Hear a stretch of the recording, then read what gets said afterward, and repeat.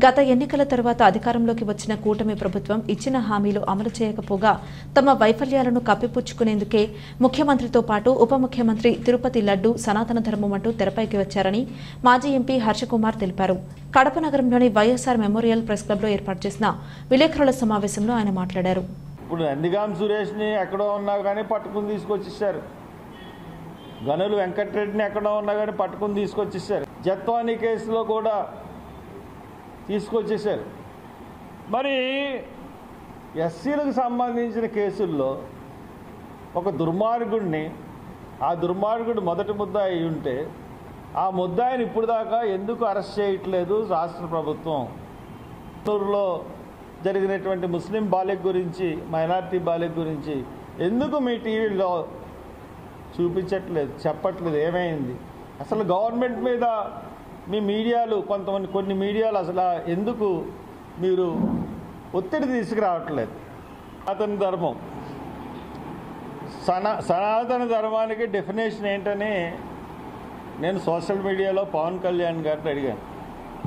సనాతన ధర్మం అన్న పేరు బాగుంది కాబట్టి ఆ సనాతన ధర్మం గురించి ఆయన ఊగిపోతూ రెచ్చిపోతూ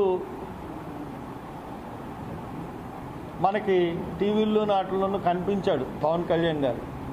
కానీ నిజంగా అడుగుతా ఉన్నాను, సనాతన ధర్మం ఏంటో మీరు విపులీకరించండి. సనాతన ధర్మం ఏంటో చెప్పండి. ఒకవేళ హిందూ సనాతన ధర్మంలో వర్ణ వ్యవస్థ, లేకపోతే పంచమ వ్యవస్థ, ఇవన్నీ కూడా పాత వ్యవస్థలు మీరు ఉండాలని కోరుకుంటున్నారా? లేకపోతే మను ధర్మశాస్త్రాన్ని తీసుకురావాలని మీకు ఏమన్నా విశ్వ హిందూ పరిషత్ వాళ్ళు నూరిపోసారా? భారత రాజ్యాంగాన్ని కాదని మను ధర్మశాస్త్రాన్ని తీసుకురావడానికి మీరు సనాతనం అని చెప్పి అంటున్నారా? క్లారిటీ ఇవ్వండి పవన్ కళ్యాణ్ గారు. ఒకవేళ మను ధర్మశాస్త్రాన్ని హిందువులే ఆచరించరు, మరి సనాతన ధర్మం ఏంటో మాకు చెప్తే దాని మీద మాకు కూడా కొంచెం క్లారిటీ ఉంటుంది. మీ యొక్క సనాతన ధర్మం కర్నూలు జిల్లాలో కానీ, కడప జిల్లాలో, కర్నూలు జిల్లాలో ఎక్కువ జరుగుతాయి. చాలా చోట్ల గుళ్ళోకి దళితుల్ని రానివ్వరు. ఇప్పటికీ కూడా చాలా సంఘటనలు బయటపడితే మీ ప్రెస్ ద్వారానే పడుతూ ఉంటాయి, మేము చూస్తూ ఉంటాం. ఇంకా ఈ పరిస్థితి ఏంటని మొన్న ఈ ప్రభుత్వం ఏర్పడిన తర్వాతే కావాలి ఒక చోట ఒక సర్పంచ్ ఎలక్ట్ అయితే గుళ్ళోకి వెళ్ళి పూజలు చేశాడని చెప్పి ఆ సర్పంచ్ని మరి ఫైన్ వేసిన సంఘటన చూస్తే మళ్ళీ ఆఫీసర్స్ అందరూ వెళ్ళి మళ్ళీ ఇది చేశారు. అది ఆ సంఘటన గురించి మీ అందరికీ తెలుసు. కాబట్టి ఇటువంటి సంఘటనలు జరుగుతున్నప్పుడు సనాతన ధర్మం, హిందూ ధర్మం అనుకుంటూ మాట్లాడడంలో క్లారిటీ అన్నది మాకు కావాలి. ఈ హిందూ గుళ్ళలోకి రాకపోతే ఏం చర్యలు తీసుకోవాలో అన్నది కూడా ఈ పవన్ కళ్యాణ్ గారు చెప్పాలి. అంతేగాని సనాతన ధర్మం అనుకుని ఊగిపోతూ మాట్లాడుతూ ఉంటుంటే ప్రజలు జోకర్ అనుకుంటారు తప్పితే ఇంకోటి ఏమో అనుకోరు పవన్ కళ్యాణ్ గారు. అది జాగ్రత్తగా చూసుకోండి. ప్రజా జీవితంలో ఉన్నారు. మీరు రెచ్చగొట్టి విధానం చూస్తూ ఉంటుంటే మీరు you are unfit to be CM, deputy CM. ఒక డిప్యూటీ సీఎంగా ఉండి ఒక మత ప్రచారకునిలాగా వేషం వేసుకుని అది ప్రజల్ని రెచ్చగొట్టడానికి ప్రయత్నించడం అన్నది it's a crime. So that మీరు దాన్ని జాగ్రత్తగా సరి చేసుకోమని కోరుతారు. లడ్డు కల్తీ జరిగిందా లేదా? కల్తీ జరిగింది అనడానికి సాక్ష్యాలు ఏంటి? ఆ సాక్ష్యాలు చంద్రబాబు నాయుడు గారి దగ్గర లేవు కదా. కల్తీ జరిగింది అన్న సాక్ష్యం ఉండుంటే డెఫినెట్గా Chandrababu Naidu is a right. కల్తీ జరిగింది. గాలిలో అబద్ధాల మేడ కడుతున్న చంద్రబాబు నాయుడు ఈ యొక్క విషయంతో జగన్మోహన్ రెడ్డిని క్లోజ్ చేసేద్దామని ఒక ఎత్తు వేస్తే ఆ ఎత్తు తిప్పి ఆయనకే కొట్టింది. నేనైతే చూశాను మొన్న ఈ లడ్డు గురించి ఒక భక్తుడు నాకు తీసుకొచ్చి ఇచ్చాడు. సార్ ఎటువంటి తేడా లేదండి, ఇంతకుముందు ఎలా ఉందో ఇప్పుడు అలాగే ఉందని. నేను కూడా టేస్ట్ చేసి చూశాను. నేను ప్రసాదం తింటాను, ఎప్పుడు లడ్డు ప్రసాదం చాలా ఇష్టంగా తింటాను. ఎందుకంటే అది అద్భుతమైన రుచితో కూడినటువంటి ప్రసాదం. అన్నవరం దేవస్థానం ప్రసాదం ఒకటి చాలా బాగుంటాయి. అవి నేను తినేటప్పటికి నాకు ఎటువంటి మార్పు ఏమీ గోచరించలేదు. కొంతమంది ఇప్పుడు బాగుపడిపోయినాయి, చాలా కల్తీ లేకుండా జరుగుతుంది, చాలా బాగున్నాయని కొన్ని అసత్య ప్రచారాలుగా జరుగుతుంది. అందుగురించే తొందరపడి ఆయన చెప్పింది నిజం చేయడానికి సిట్ అని వేశాడు. మరి నిజంగా ఆయన చెప్పింది నిజం అనుకుంటే ముందే సిబిఐ దర్యాప్తు కోరుంటే సరిపోను. కానీ ఎప్పుడైతే ఆ లడ్డు విషయంలో ఆయన సిట్టేసి తొందరపడి సిట్టేశాడో మరి సుప్రీంకోర్టు ఆ సిట్ని అంగీకరించలేదు.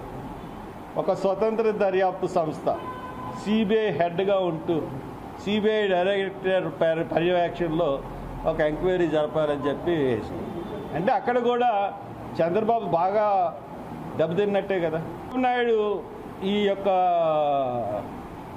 రాజకీయాన్ని మతాలతో అలాగే సనాతన ధర్మంతో పవన్ కళ్యాణ్, లడ్డూతో చంద్రబాబు నాయుడు హిందువుల యొక్క మనోవేదనలు రెచ్చగొట్టి తగిన పార్టీలను భూస్థాపితం చేయాలని అనుకోవడం అన్నది శుద్ధ పొరపాటు. ప్రజలు పరిపాలన చూస్తారు. మీ పరిపాలనలో ఇప్పటి వరకు 110 రోజులు 120 రోజులు అయింది. ఒక పెన్షన్ విషయంలో తప్పించి, ఒక అన్నా క్యాంటీన్ విషయంలో తప్పించి ఇసుక ఎక్కడా దొరకట్లేదు. మందు ఇప్పుడు దాకా మార్చలేకపోయారు. స్కాలర్షిప్స్ ఇప్పుడు వరకు ఇవ్వలేకపోయారు. అనేక విషయాలు ఎత్తారు. దాంట్లో ఏది కూడా మీరు సక్సెస్ అవ్వలేదు. So that you are a failed government. Within 100 days 3-4 నెలల్లోనే మీరు ఒక ఫెయిల్డ్ గవర్నమెంట్ కింద ప్రజలు మిమ్మల్ని చూస్తూ ఉన్నారు. ఇవన్నిటినీ కప్పిపుచ్చడానికి హిందువుల మనోభావాలని రెచ్చగొట్టడానికి వేసిన ప్లాన్లు లడ్డూను సనాతన ధర్మం. కాబట్టి అటువంటి జిమ్మిక్కులు చేయకుండా పరిపాలన మీద దృష్టి పెట్టండి.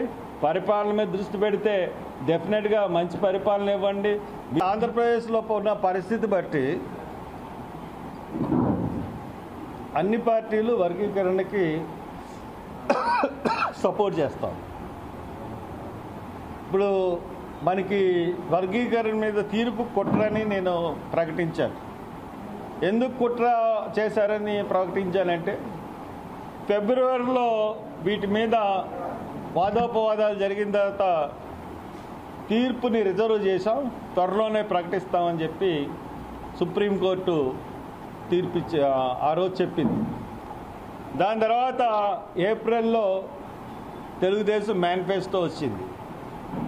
ఏప్రిల్లో తెలుగుదేశం మేనిఫెస్టో వచ్చినప్పుడు అప్పటి వరకు కూడా నేను తెలుగుదేశాన్ని సపోర్ట్ చేశాను. నేను తెలుగుదేశం మేనిఫెస్టో వచ్చినప్పుడు దాంట్లో వర్గీకరణ చేస్తాను, జిల్లాల వారీగా చేస్తాను, నేనే చేస్తాను అని ఇచ్చాడు.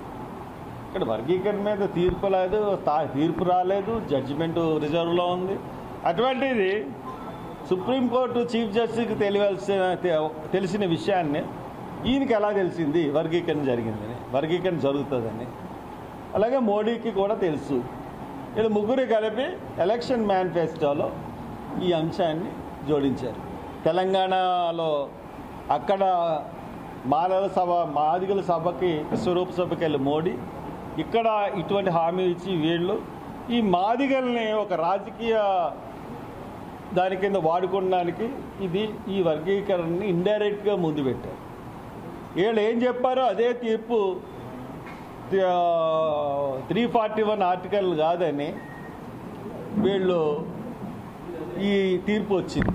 సో దాట్ ఇక్కడ రాష్ట్రంలో వైసీపీ గవర్నమెంట్ వర్గీకరణ మీద వ్యతిరేకిస్తూ ఒక ప్రకటన ఇవ్వలేదు. కమ్యూనిస్టులు కూడా ఏమీ ప్రకటన చేయలేదు. అలాగే కాంగ్రెస్ పార్టీ కూడా దీని మీద స్తబ్దుగా ఉంది.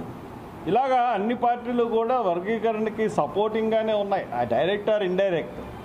ఏ పార్టీ కూడా వర్గీకరణ విషయంలో ఎటువంటి నిర్ణయం తీసుకోలేదు. ఈ పరిస్థితులు ఉంటే మరి ఏ పార్టీకి మేము పనికి రాకుండా ఉంటే మైనార్టీస్కి పార్టీ లేదు, మాకు పార్టీ లేదు. కాబట్టి ఈ రెండు వర్గాలని కలుపుకొని ఖచ్చితంగా నేనే ఒక పార్టీ పెట్టే దిశగా నా పావులు కదుపుతా ఉన్నాను. డెఫినెట్గా పార్టీ పెడతాను. వర్గీకరణకి వ్యతిరేకంగా పార్టీ ఉంటుంది. ఆ పార్టీ ఒక నీతిమంతమైన పార్టీ, ప్రజల్లోంచి వచ్చిన పార్టీ, లేకపోతే ఒక ప్రజలకి గురించి పాటుపడే పార్టీ అయి ఉంటుంది, సామాన్యుల పార్టీ అయి ఉంటుంది. డెఫినెట్గా ఆ పార్టీకి నాంది చూడతానని చెప్పి మీ కడప ప్రెస్కి తెలియజేస్తాను. Thank you very much.